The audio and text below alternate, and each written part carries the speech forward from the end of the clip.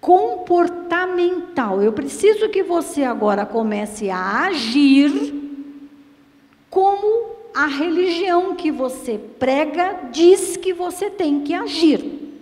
Então, essa religião surgiu numa região dotada de grandes conflitos, que nós os conhecemos, principalmente pelas reportagens, Paquistão.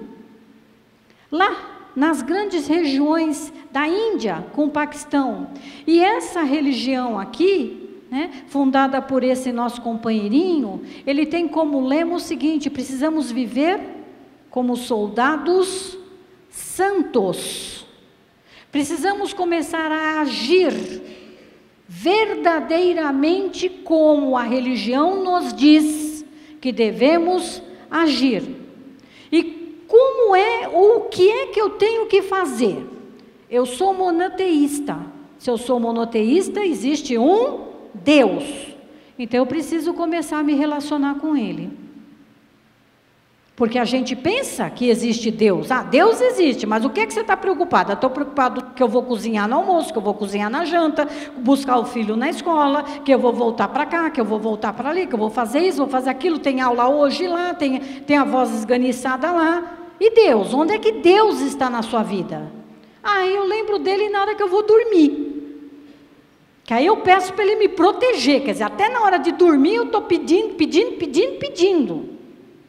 Não, o Sikhs diz, nós precisamos começar a nos relacionarmos melhor com Deus, porque esse Deus é único, esse Deus transcende, esse Deus está presente, onipresente em tudo e em todos. Então eu preciso começar a aprender a sair de mim. E quando eu falo sair de mim, é em relação às minhas preocupações diárias e encontrar Deus na minha vida. Não é lindo, gente? É tão lindo. Aí eu fico pensando, como fazer isso, né? E após a revelação, que ele tem em relação a isso, ele dedica a vida dele sobre o caminho da salvação. Lembra que eu falei que isso é um sincretismo entre o islamismo e o hinduísmo? Hinduísmo nós vamos ver já, ele prega castas, várias castas. Existe uma divisão hierárquica social, e essa divisão hierárquica social, nunca você vai sair da sua e adentrar a outra. Esta religião diz, não, todos nós somos filhos de Deus. Se todos nós somos filhos de Deus, não existe essa questão religiosa casta. Estou numa casta, vou viver nessa casta e fico ali o tempo inteiro. Não, todos somos filhos de Deus. Por isso que existem grandes conflitos entre os Sikh, e os hinduístas. Por quê? Porque ele bate na tecla, Deus não aprova a distinção de castas. Ele não criou ninguém superior a ninguém. Lindo, né? E a gente olha e fala, nossa, até hoje ainda existe as castas. É algo que não se consegue abolir, de tão enraizado que se encontra em uma cultura, que é a cultura da Índia. Tudo bem? Sobre Deus. Deus é eterno, sem forma, sendo impossível captá-lo em toda a sua essência. Falou alguma coisa diferente? Será que nós, encarnados em provas e expiações, será que nós conseguimos abraçar a grandiosidade que é Deus? Não só em termos de coração, mas em termos de compreensão? Ele vem dizendo isso, é impossível captá-lo em toda a sua essência. Ele foi o Criador do mundo e dos seres humanos e deve ser alvo de devoção e de amor por parte dos humanos. Uma religião da paz, né? Linda. maravilhosa. Tudo bem até aqui? Agora a gente vai falar da Índia, porque nós estamos falando do Oriente. Vamos dar um pulo na Índia. Vamos dar uma olhada como é que é a religião para esses povos extraordinários. Para mim é um povo extraordinário que vive com muito pouco, sorridente, feliz, né? É uma religião que foi criada em 1700 antes de Cristo. É uma religião de 4.000 anos. Só que quando a gente olha assim, você fala, nossa, são extremamente devotados a algumas questões. Enraizamento, que é as castas, e que são as castas que a gente vai dar uma olhadinha. Este slide não é meu, esse slide aqui é do chefe, Roberto Magalhães, eu furtei dele. Olha que lindo. Nós vamos falar de algumas questõezinhas. Nós vamos falar do livro de Vedas. Ele falou que é aqui, ó, que é mais ou menos, surgiu em mais ou menos, 1700 a.C. Nós temos os 4 livros aqui importantes. Nós vamos dar uma olhada como Deus aqui se posiciona. Aí veja, desses livros antigos, os livros de Vedas, que a gente tem ápice, 1200 a 900 a.C., nós vamos falar do hinduísmo, está aqui, uma religião que surgiu no século 6 a.C., e falar em hinduísmo é daqui que vai surgir, daqui, ó, aqui, exatamente aqui. No ano 6 a.C., nasceu Lao Tse, e de Lao Tse depois nasce o taoísmo, em termos de filosofia, não em termos de religião. Por quê? Porque primeiro nasce o conceito do homem perguntando: o que eu sou, para onde eu vou, o que eu faço, o que eu deixo de fazer, como coordenar isso? Para, a partir daí, se construir todo um dogma religioso. Então, amados, aqui, ó, nós vamos falar sobre esses Upanishads. Ai, meu Deus, que nome feio! Mas é extremamente interessante. Daqui, ó, tudo no século 6, olha só. Eu quero que vocês imaginem, e quero que vocês pensem junto comigo. O islamismo foi lá em 600 depois de Cristo. Nós estamos aqui no Oriente. Nós estamos aqui na Índia. Se nós pararmos e analisarmos, século 6 antes de Cristo, antes de Pitágoras. Estamos pensando em Pitágoras. Logo depois, Sócrates, não no Oriente, mas ali, na Grécia, o berço da civilização, Sócrates, Platão. Amados, pensem na grandiosidade dos espíritos que vieram nos ensinar acerca de Deus, acerca de como nós devíamos nos comportar em relação a esse mundo espiritual. Há quanto tempo que o plano espiritual está investindo em nós, e nós desconhecemos, tá? Então nós vamos dar uma olhada nisso aqui, depois a gente vai lá para o século, daqui vai sair o jainismo, a gente vai falar bem pouquinho dele, daqui nós vamos falar do budismo, e daqui a gente vai falar do taoísmo também, que é algo interessante. Bom, o que é esse brahmanismo ou o que é esse hinduísmo? Qual é a origem disso? Eu falei que tudo isso está relacionado com o livro de Vedas. Bom, e o que é o livro de Vedas? Ou como que esse negócio surgiu? Bom, se parte do princípio de que existem indivíduos sábios. Parte-se do princípio de que existem indivíduos que sabem muito mais que eu, que tem uma noção, não só de como é o comportamento da sociedade, mas como é a relação desta sociedade com o mundo espiritual.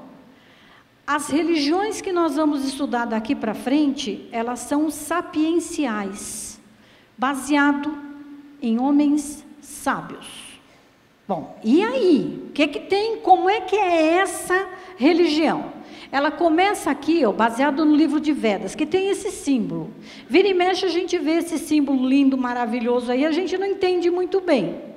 Esse livro lindo e maravilhoso, esse símbolo lindo e maravilhoso está relacionado com aquilo que existe no planeta Terra e que o tempo inteiro tudo está interligado: terra, água, fogo e ar.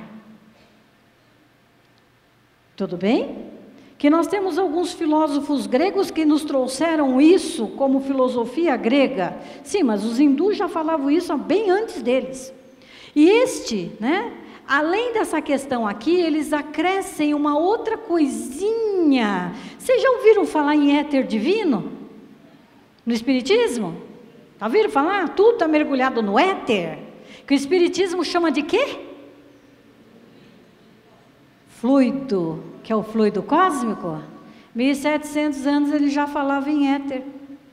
Oh meu Deus, eu pensei que fosse da gente. Já estava no Oriente, no livro de Vedas. Lá é um livro maravilhoso. E esse livro de Vedas, ele diz que existe um som.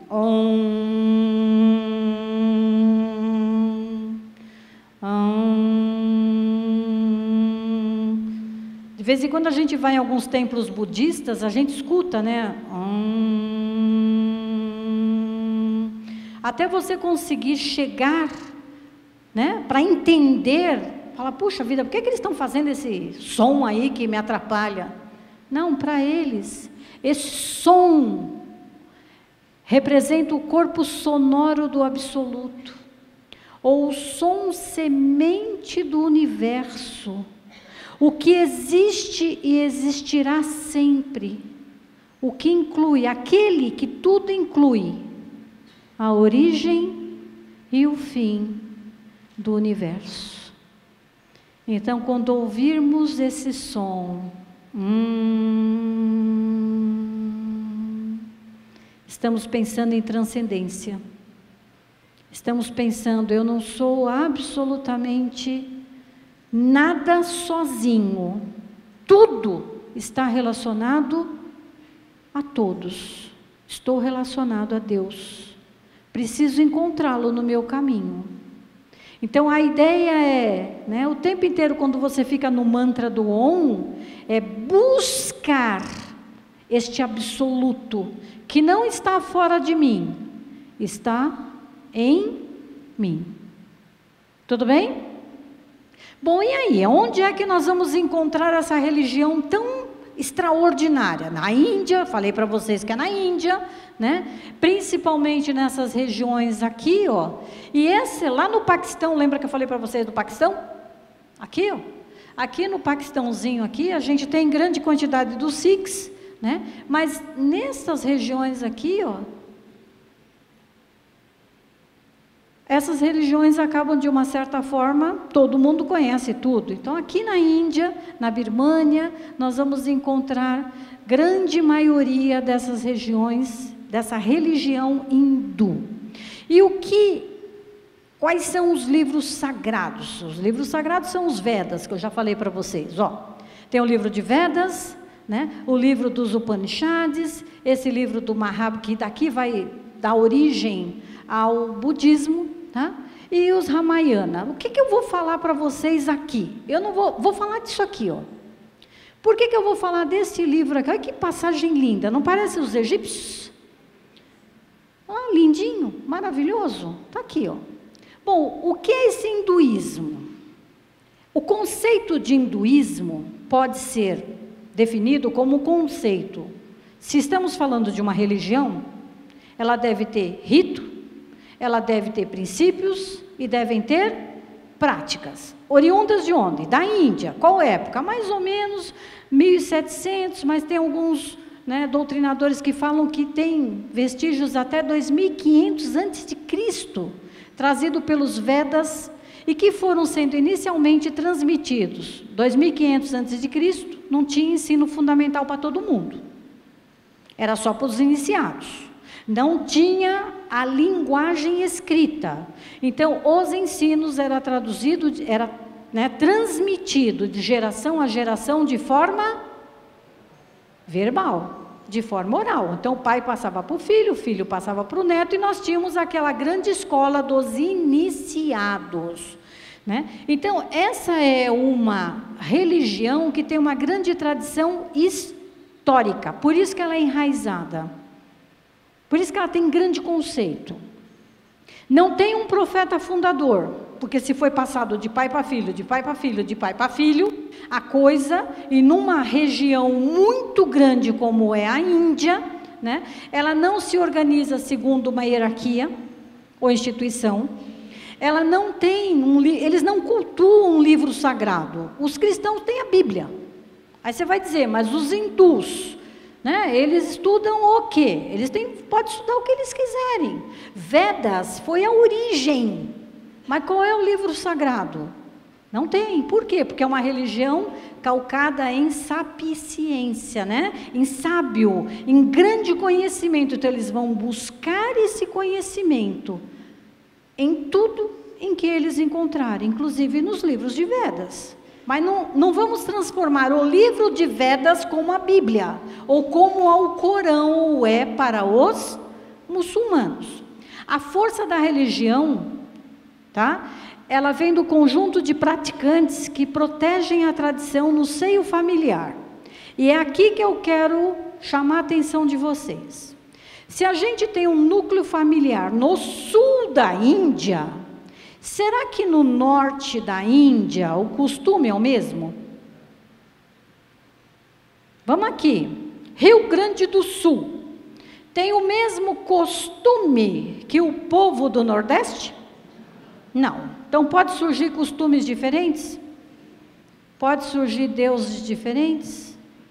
É daí que a gente percebe que os hinduístas, eles são politeístas, não tem um livro único. É uma religião calcada na tradição, no seio familiar, né? E como ela é uma religião calcada aqui, ó, no seio familiar, por meio de relações de sangue, opa, eu sou mais importante que você que não tem família nenhuma. A partir daqui o sangue é mais importante que a minha relação com Deus. Tudo bem?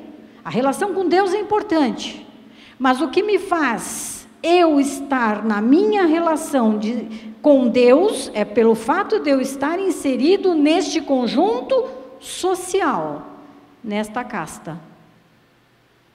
E aí surge a grande coisa que a gente fica, nós aqui espíritas, fica extremamente tristes quando a gente analisa castas não é? Dos nossos irmãozinhos da Índia. E veja, é a terceira religião, é a terceira maior religião do mundo, porque só lá na Índia está indo para 1 bilhão de pessoas. Aí vocês vão dizer, mas porque ela acaba sendo a terceira maior religião do mundo, porque nós temos na Índia, e não só na Índia, mas ali do ladinho, 1 bilhão de indivíduos que professam essa religião, pela quantidade numérica. E o que a gente observa? A fonte dessa religião está lá, né? No livro de Vedas, calcada lá no livro de Vedas, e desses livros, o livro que cuida da questão de Deus, e desta relação do homem com Deus, é aquele de nome estranho, o Upanishad. É o mais sagrado de todos os livros. Por quê? Porque aqui eu tenho os ensinamentos secretos, que à época era só para os iniciados. Depois com a publicação dos livros fica mais fácil.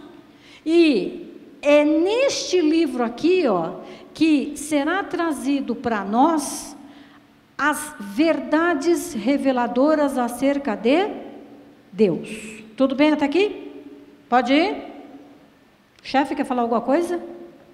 O chefe entrou, a gente já interrompe, olha lá. E veja, Vedas, o que é Vedas? É a verdade inexprimível, do qual as criaturas são necessariamente um pálido reflexo.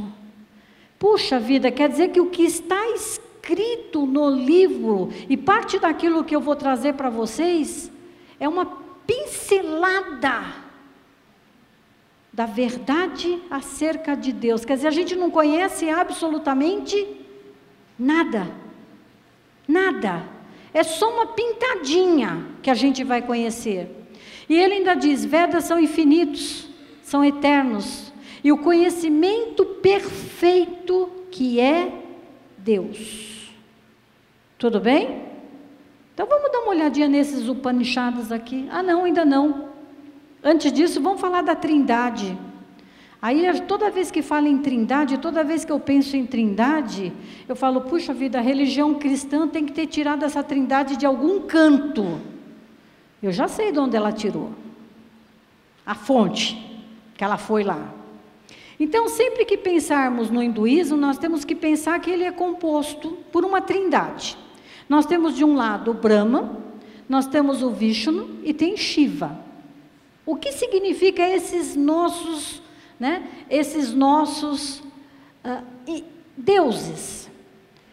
Para os hindus, a destruição, a regeneração, caminha junto com a preservação e caminha junto com a criação.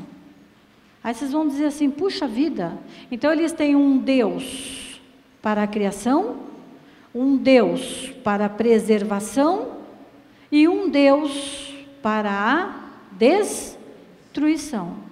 E se a gente parar para pensar, trazendo isso, saindo daqui para o nosso dia a dia, pensem num hábito, qualquer hábito que tivermos. Para você mudar um hábito e abraçar o outro, criar um hábito novo, significa que você vai ter que matar o teu hábito velho. Então a lei do progresso caminha junto com a lei de destruição. E no meio do caminho você tem a conservação. Você tem lá, está lá de um lado, não quero mudar, mas tenho que mudar. Tenho que fazer ginástica, porque a saúde diz que a gente tem que fazer ginástica, mas ao mesmo tempo tenho preguiça. Então, preservação, conservação e destruição caminham juntos. Eles veneravam esses deuses há 1700 anos atrás. Se a gente não pensar e olhar isso com os olhos de cristianismo primitivo, com o espiritismo, vamos trazer para o nosso dia a dia como espiritismo primitivo as leis de Deus, personificada para aquilo que eles entendiam à época. Você fala, puxa vida, Deus já estava ali há tanto tempo trazendo tudo, só que a gente não conseguia entender. Para eles, os deuses e a religião dos Vedas não é politeísta. Ah não, antes disso aqui, eu estudei um bocado os nossos irmãozinhos Vedas. O tempo inteiro a gente vai ter que tomar uma postura, Poxa, os hinduístas são politeístas, sim, eles adoram vários deuses. Acabamos de ver regeneração, destruição, preservação e criação. Mas quando a gente vai estudar o Upanishad, lá o tempo inteiro nós encontramos a seguinte postura: existe alguma coisa maior, e desta coisa maior, e esta coisa maior se manifesta. A manifestação desta coisa maior acabou sendo adorada pelos hindus. Tudo bem? Mas a origem é manifestação de um Deus único ou verdade suprema, que para eles é o Brahma. Então existe um Deus único, e desse Deus único existem as suas manifestações, que os homens acabaram de uma certa forma esquecendo o único e adorando as manifestações. Então, só para a gente ponderar, que desde aquela época já existia a ideia de Deus único. Só que nós acabávamos, pela postura geográfica até do próprio espaço Índia, e tudo era passado de geração a geração de forma oral, e pela falta de conhecimento científico que tínhamos, adorávamos aquilo que estava ali. Pronto, acabou. Tá? E aqui o Brahman é um só, que abrange tudo e todos. O mundo material em que vivemos para eles é uma mera ilusão, em que Maya, que significa ilusão, faz parecer real para enganar os homens e fazê-los sofrer. Então, desde aquela época, o sofrimento faz parte da vida. Mas esse sofrimento é uma ilusão. Pensem nisso, há 2.500 anos antes de Cristo. A profundidade do conceito que está escondido por debaixo da ideia de sofrer.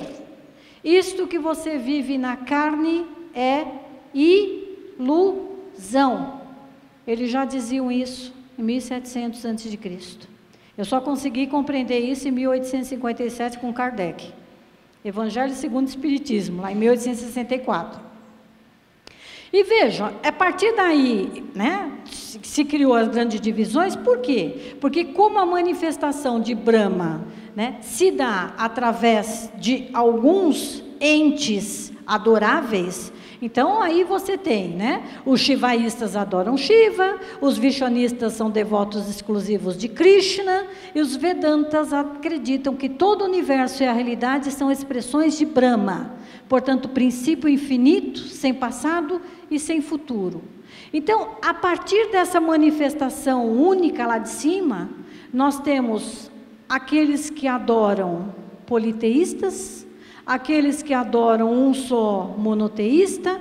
Então não dá para a gente dizer, olha, a religião da Índia é totalmente politeísta, ou totalmente, né, monoteísta, tudo depende.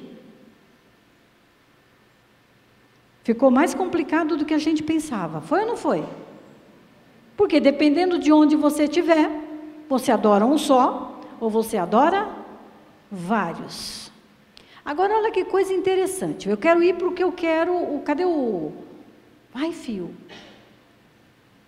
Eu quero ir para o Upanishad. A bateria está acabando.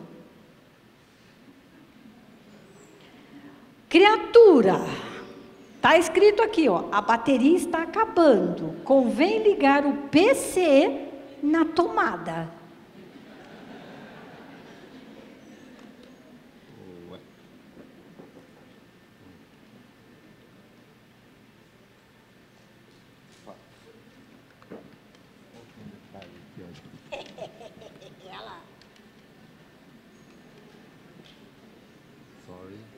É importante. Vamos dar uma olhadinha nesse Upanishads. O que é esse Upanishads? É lá que está todo o conhecimento acerca de Deus. É isso que a gente, não é religião oriental, Deus para o Oriente. Então, onde é que lá no livro de Vedas a gente vai encontrar as questões relacionadas a Deus? Nestes livros aqui. Porque estes livros representam a verdade, é o aspecto mais elevado da verdade religiosa.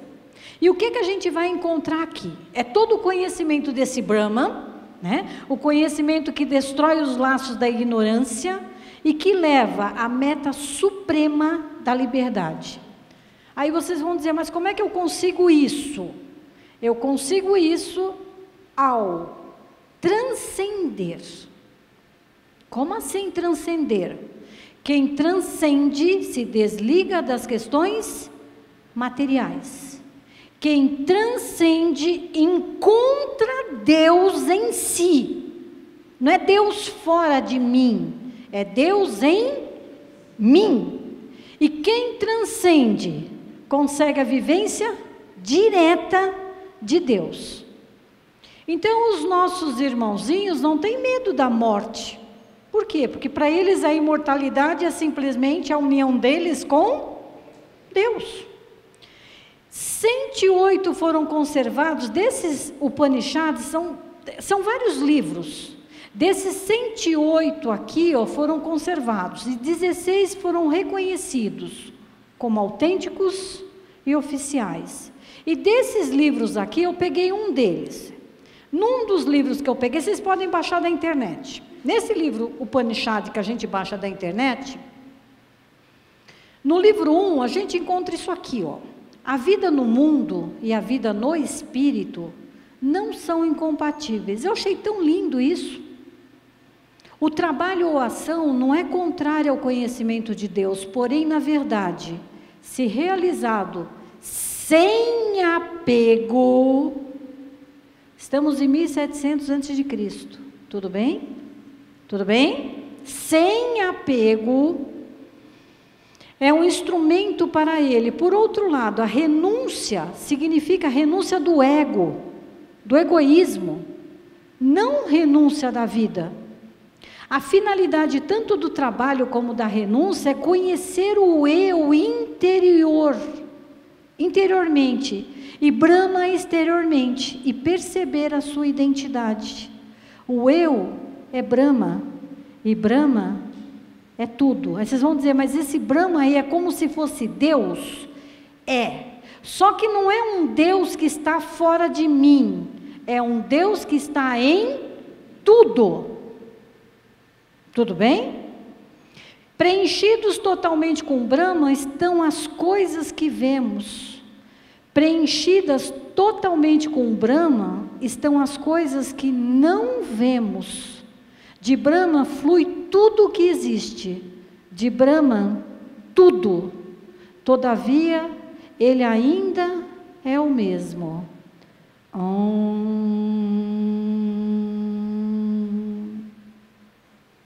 Isso não é espiritismo, gente? Eu estou falando em 1700 a.C. O que percebemos? Está lá, ó. Eu tirei do livro. Isso não são palavras minhas. Tirei do livro. No coração de todas as coisas, de tudo que existe no universo, habita Deus. Somente Ele é realidade.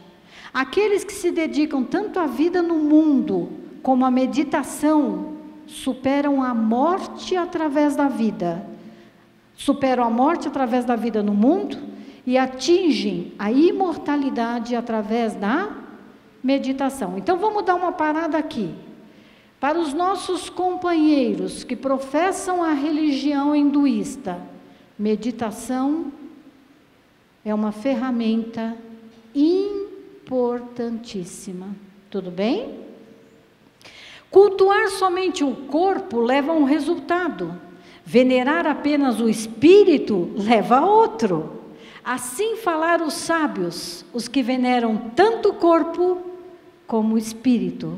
Pelo corpo vencem a morte, e pelo espírito atingem a imortalidade. Permitir que minha vida agora se una à vida que tudo permeia. As cinzas são o fim do meu corpo. Ó mente, lembrai do Brahma. Aí você fala, mas puxa vida, isso é espiritismo. No livro 2, o poder que está por detrás de todas as atividades da natureza e do homem é o poder do Brahma. Perceber essa verdade é tornar-se imortal. Que a quietude desça sobre os seus membros, minha fala, meu fôlego, meus olhos, meus ouvidos, que todos os meus sentidos se tornem claros, fortes. Que Brahma se mostre a mim, que eu jamais negue Brahma e nem Brahma a mim, e eu com ele, e ele comigo, possamos morar sempre juntos. Que seja revelada a mim, que sou dedicado a Brahma, a sagrada verdade do Upanishads. Gente, não é lindo esse negócio? Gostei, né? Ainda o olho não vê. Na realidade está falando de Deus, né? O olho não vê, nem a língua o exprime, nem a mente o alcança. Não o conheceremos e nem podemos ensiná-lo.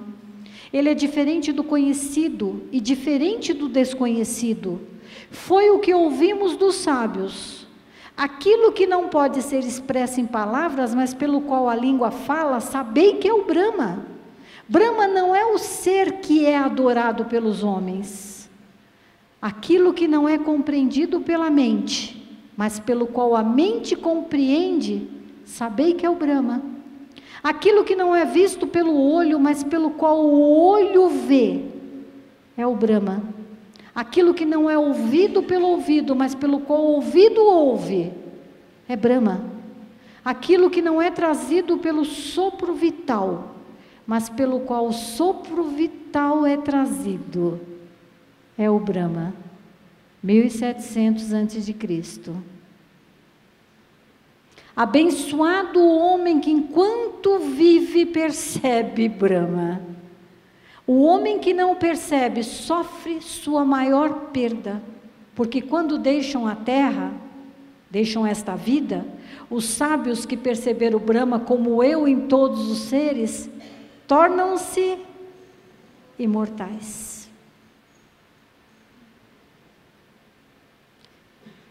Se pensais que conheceis bem a verdade de Brahma, sabei que conheceis pouco. O que pensais ser Brahma no vosso eu, ou o que pensais ser Brahma nos deuses, não é Brahma. E não é a cerveja que nós estamos falando, hein? Por favor, hein? Né? Vai lá pensar que é a cerveja? Não, não é. Deveis, portanto, aprender o que é realmente a verdade desse Brahma. Não posso dizer que conheço Brahma totalmente, nem posso dizer que não o conheço. Aquele dentre nós que melhor o conhece é quem entende o espírito das palavras. Eu nem sei que não o conheço. Aí a gente lembra de Sócrates, né? Só sei que nada sei. Nós estamos falando em 1700 a.C. aqui. Sabe? Aquele que verdadeiramente conhece Brahma é aquele que sabe que está além do conhecimento, aquele que pensa que sabe, não sabe. O ignorante que pensa que Brahma é conhecido, porém o sábio sabe que ele está além do conhecimento. Então daqui a gente tem toda uma percepção de que essa figura de Brahman, que na realidade, né, trazendo para cá, é a ideia de Deus. 1700 a.C., eles tinham uma noção muito perfeita de que Deus ainda não dá para ser compreendido conforme o nosso conhecimento e sentimento. E olha que aqui nós já estamos trazendo isso, 1864, que a gente começou a entender isso. Eles já vinham falando isso há 1700 a.C. Para eles, aqui, somos todos parte de uma coisa só, que é uma espécie de inteligência divina. Segundo esse historiador aqui, Edgar Ferreira Neto, que ele tem um livro, eu comprei o livro dele, estudei o livro dele, né, e ele fala, é como se eles fossem panteístas, né? Somos parte de tudo e tudo está em nós. E vamos voltar depois a esse todo universal. Com a diferença de que a doutrina espírita diz que jamais perdemos aquilo que conhecemos. Não, para eles você volta para esse todo universal, porque aí você já se tornou imortal, já adquiriu e abraçou a imortalidade, né? Há uma alma mundial, um espírito universal e almas individuais. Acreditam na alma eterna, na alma indestrutível, que eles chamam de Atma, que faz parte desse Brahma e que todos devem trabalhar para alcançar essa liberdade e voltar a ela. Então aquela ideia da absorção do todo universal, a ideia panteísta, para eles é bem claro. E como é que eu vou alcançar esse êxtase, essa transcendência? Eles já disseram lá atrás, pela meditação. O homem busca o nirvana. Que é esse nirvana, que é o estado de plenitude e de conhecimento de si mesmo e do universo. E a cada existência eu vou buscar e vou almejar através de ferramentas e de técnicas encontrar esse nirvana. Quando eu encontrar esse nirvana, cheguei a um estágio tal que eu não preciso mais voltar aqui. Não é lindo isso? Lindo. Diz que Buda encontrou, né, o nirvana. E vejam, o hinduísmo, isso é interessante, ele se preocupa Cristianismo vai falar muito o seguinte: se você fizer isso, você vai ser punido. Se você fizer aquilo, você vai ser punido, né? Porque tem essa ideia da punição, de um Deus punitivo. O hinduísmo não está preocupado com isso. O hinduísmo está preocupado em como é que você vai agir, com a ação das pessoas. Por quê? Você está em uma casta. Lembra a história da casta, que eu já falei que era triste? Como é que você vai se comportar nessa casta? Você vai ser resignado? Você vai ser uma criatura que dentro dela vai se procurar encontrar o nirvana, dentro daquele ambiente social, sem querer pular de uma casta para outra, ou você vai ser um revoltado? Qual vai ser o seu comportamento no ambiente social onde você nasceu? Porque se você nasceu ali, é o seu karma. Se é o seu karma, você tem que aprender a viver bem o seu karma dentro daquele ambiente, sem querer mudança. Então o hinduísmo está preocupado em como você se comporta, porque você tem que encontrar o seu nirvana naquele ambiente social. Então aqui, só para vocês olharem mais ou menos como é, né, as divisões, ó. Você tem os sacerdotes lá em cima, você tem os guerreiros, os comerciantes, tem os componentes, né, as várias castas aqui, ó, e tem os párias, os Dalits, né, lá, tem direito a nada. Cada um desses indivíduos, dentro da sua casta, pela meditação, pode se libertar dessas questões materiais e encontrar-se com Deus. A ideia é linda, né? Para eles, fundamental, que é uma lei que mantém a ordem no mundo, e que somos o que fizemos e seremos o que fizermos. Já ouviram isso? 1700 a.C. A lição dele, do mestre, né? Ele diz lá: Senhor, ensinai-me mais sobre conhecimento de Brahma. Ó mestre, já vos revelei o conhecimento secreto. Austeridade, autocontrole, execução nas tarefas, sem apego, esse é o corpo desse conhecimento. Os Vedas são os seus membros. A verdade é a sua verdadeira alma. Aquele que alcança o conhecimento de Brahma, livrando-se de todo o mal, encontra o Eterno, encontra o Supremo. Não é lindo? Aí a gente fala: puxa, mas está tudo escrito. Por que eu não consigo ainda? A gente não consegue nem meditar, não é assim? E aí vem lá, né, para eles o Om é o som mais sagrado deles, né, o Om. E nós temos uma explicação desse Om aqui, ó, né? É a sílaba, é o fato supremo, o eu cujo símbolo é Om.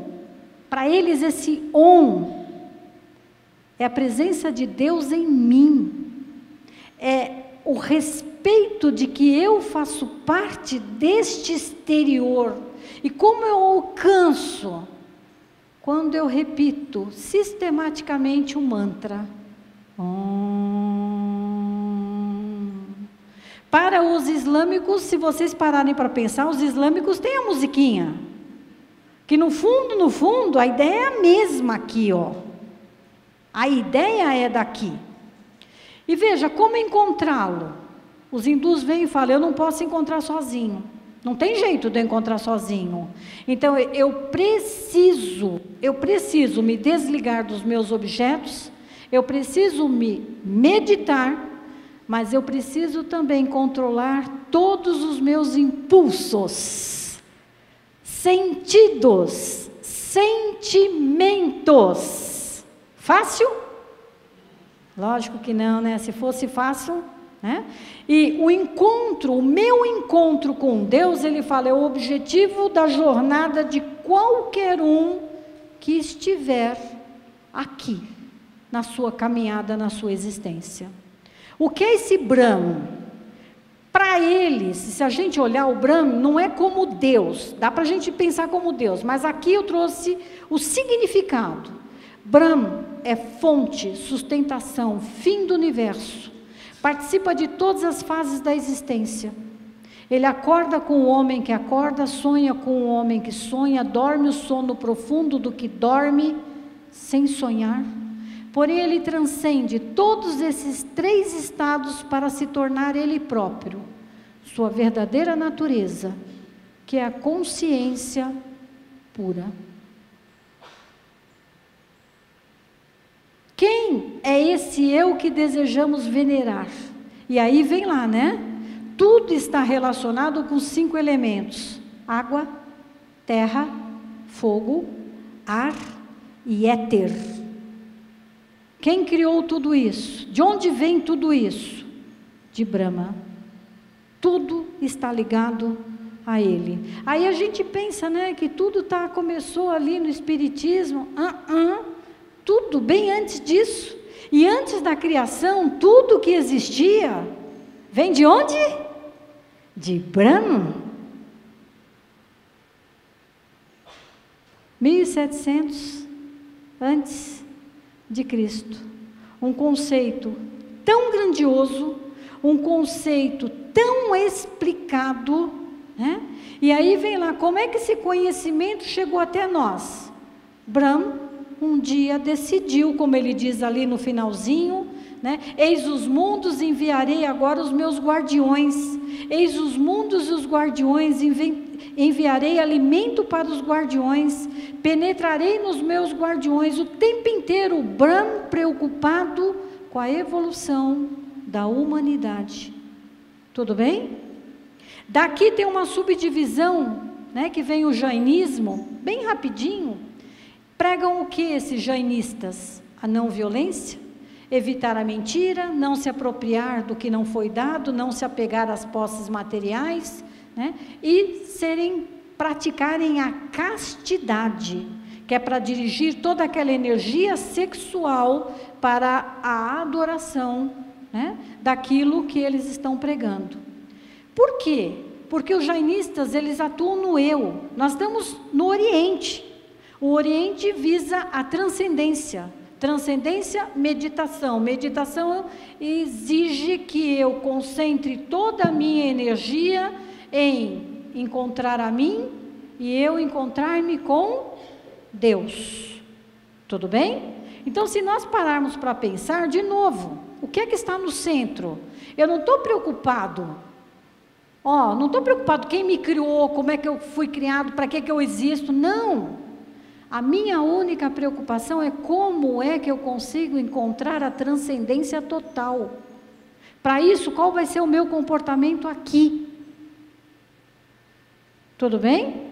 Eles não estão preocupados, por exemplo, quem foi que criou o universo? Para que eu vou me preocupar em quem criou o universo? Como que o universo foi criado? Não, eles partem do princípio, eu estou aqui.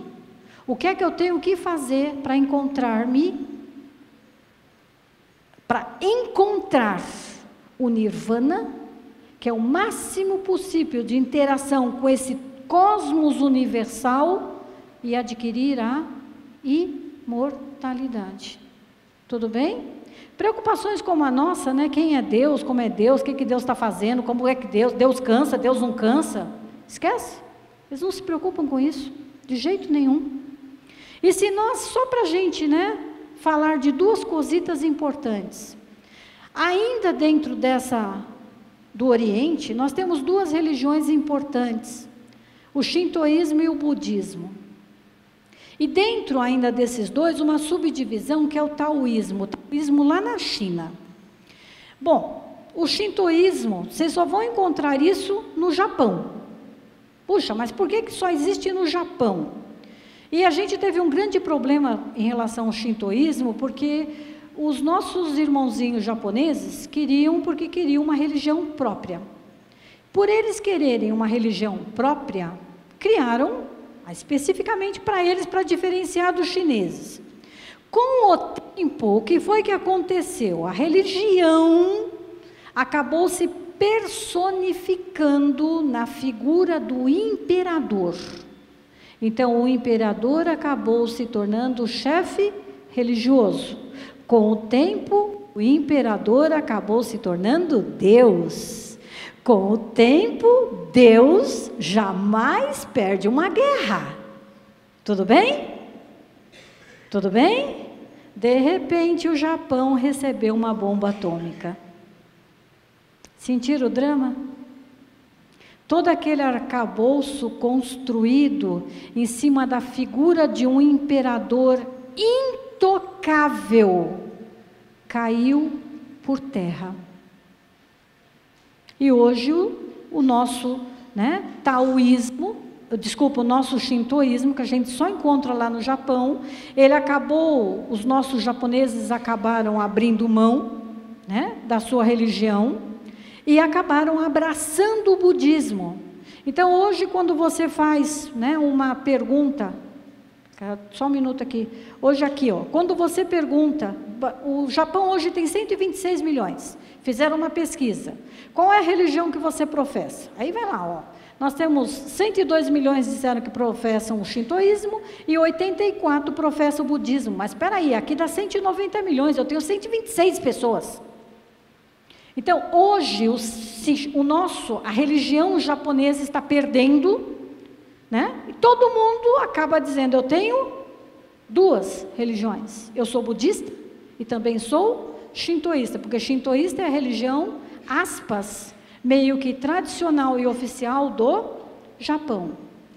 Ela é panteísta, adora vários deuses, adoramos vários deuses, e como eu falei para vocês, o nosso imperador era considerado o oficial. Tudo para essas religiões, China e Japão, tudo está conectado.